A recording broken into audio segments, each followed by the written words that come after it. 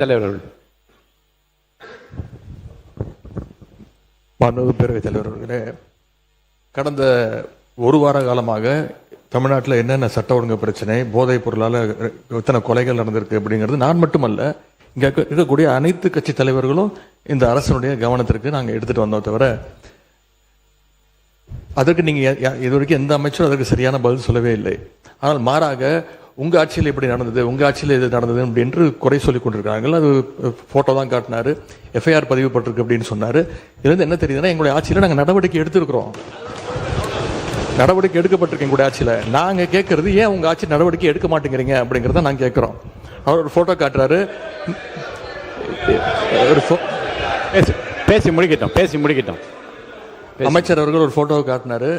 இன்னொரு வீடியோ ஒன்று இருக்கு, அது எல்லாருமே பார்த்தாங்க, ஒட்டுமொத்த இந்தியாவே பார்த்துச்சு, உலகம் முழுக்க பார்த்தாங்க.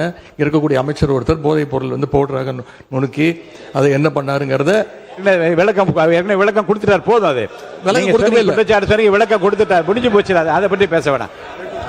அவைக்குள்ள அதை மட்டும் நீக்கி விடுகிறேன். நீங்க பதில் சொல்லியாச்சு, உட்காருங்க. திரும்ப அதை பத்தி பேச வேண்டாம். கடந்த அவங்க திருப்பி குற்றச்சாட்டு வைக்கும்போது நாங்கள் அதை குற்றச்சாட்டு வைக்குவோம். அது மட்டும் இல்லை, கடந்த 5 ஆண்டுகளாக போதைப் பொருட்களை ஒழிக்க நாங்கள் எங்களுடைய தலைவர், எங்களுடைய முதலமைச்சர் சரியான நடவடிக்கை எடுக்கவில்லை என்ற ஒரு கருத்து இங்கே வைக்கப்படுகிறது. அது தொடர்பாக சில கருத்துக்களை இங்கே நான் கூற விரும்புகின்றேன். ஆட்சிக்கு வந்த ஒரே ஆண்டில் எங்களுடைய தலைவர் அவர்கள் போதைப் பொருள் இல்லா தமிழ்நாடு என்ற இலக்கோடு மதுவிலக்கு அமலாக்கத்துறையையும் நார்காட்டிக்ஸ் இன்டெலிஜென்ஸ் பியூரோ சிஐடி என்ற இரு பிரிவுகளை ஒன்றிணைச்சு இபிசிஐடி என்ற புதிய பிரிவை உருவாக்கினவர் எங்களுடைய தலைவர் திரு முத்துவேல் கருணாநிதி ஸ்டாலின், அன்றைய முதலமைச்சர் அவர்கள். அவர் அன்றைக்கு அப்படி செயல்பட்டதால் தான் கடந்த 5 ஆண்டு கால திராவிட மாடல் ஆட்சியில் இதுவரை இல்லாத அளவுக்கு ஒரு விழிப்புணர்வை ஏற்படுத்தி போதைப் பொருட்களை தொடர்ந்து எங்களுடைய அரசு பறிமுதல் செஞ்சது. இது தொடர்பான புள்ளி விவரங்கள் தேவைப்பட்டாலோ அவர்கிட்ட இருக்கு, அமைச்சர்கிட்ட இருக்கு. கூடுதல் தகவல் தேவைப்பட்டாலோ அதை நாம் எங்கேயும் போய் தேட வேண்டிய அவசியம் இல்லை. இந்த ஆட்சியில் இன்றைக்கு சென்னை மாநகர கமிஷனராக நியமிக்கப்பட்டுள்ள திரு அமல்ராஜ் ஐபிஎஸ் அவர்கள்கிட்ட இந்த அரசு கேட்டுச்சுன்னா அவரே இந்த தகவல்களை தெளிவாக எடுத்து கொடுத்துருவார். ஏன்னா அவர் தான் இன்னைக்கு கமிஷனர் இருக்கிறாரு. இந்த இபிசிஐடி பிரிவை தலைமையேற்று நடத்தியவரும் அவர் தான். அவர்கிட்ட கேட்டால் கரெக்டாக சொல்லுவார், எத்தனை டன் கஞ்சாவை பறிமுதல் பண்ணோம், எத்தனை பேரை நாங்கள் கைது செஞ்சிருக்கிறோம், சிறப்பு புகார் எண்கள் எத்தனை அறிவிச்சோம், விழிப்புணர்வு நிகழ்ச்சிகள் எல்லா டேட்டாவும் அவர்கிட்ட இருக்கு. ஒருவேளை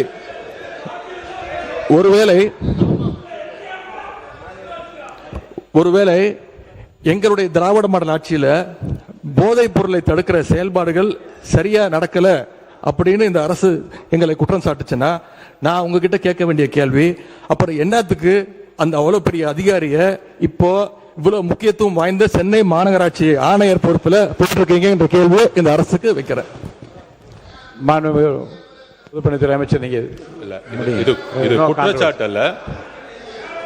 அதாவது எங்களுடைய நோக்கம் ஒருவரை ஒருவர் குற்றச்சாட்டு அல்ல. போதை பழக்க வழக்கம் தமிழ்நாடு முழுவதும் அதிகமானதுதான். எங்களுடைய பிரச்சாரத்திலேயே ஒவ்வொருத்தருக்கும் சொல்லும் பொழுது எங்களுடைய முதலமைச்சர் நாங்களும் சொல்லும்போது பெண்கள் சொல்லியது, எல்லா தெருக்களிலும் இந்த கஞ்சா பழக்கமும் ட்ரக்ஸ் பழக்கமும் அதிகமாக இருக்குது, நீங்க ஆட்சிக்கு வந்தா ஒழிச்சிடுங்கன்னு எங்களுடைய கையை பிடிச்சு சொன்னது பெண்கள். அதில் நாங்கள் உறுதியாக இருக்கிறோங்கிறத நாங்க பதிவு பண்ண.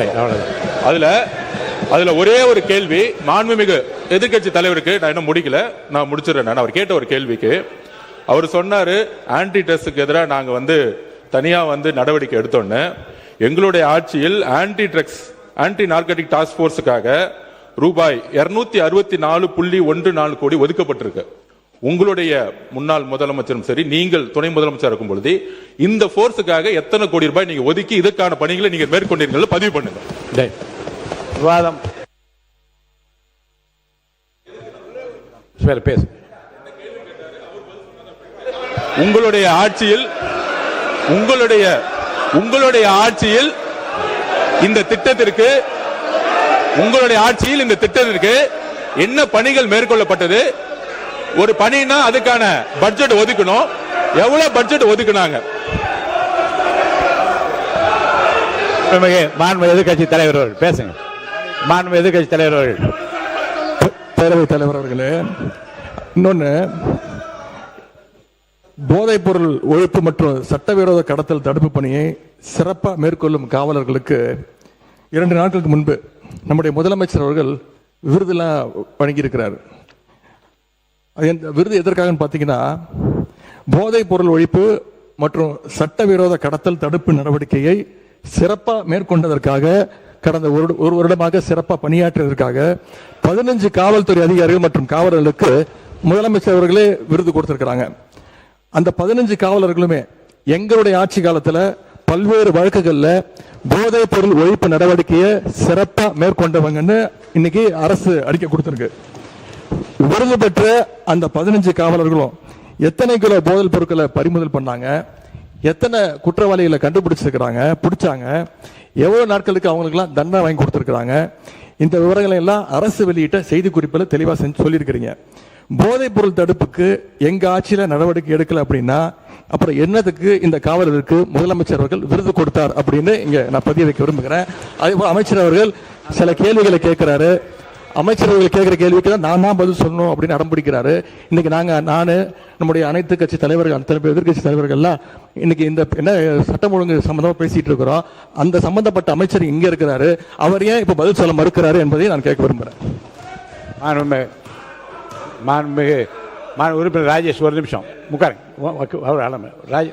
ராஜேஷ் என்ன உங்க தொகுதின்னு ஏதோ சொல்ல வந்தீங்க, என்ன பிரச்சனை சொல்லுங்க.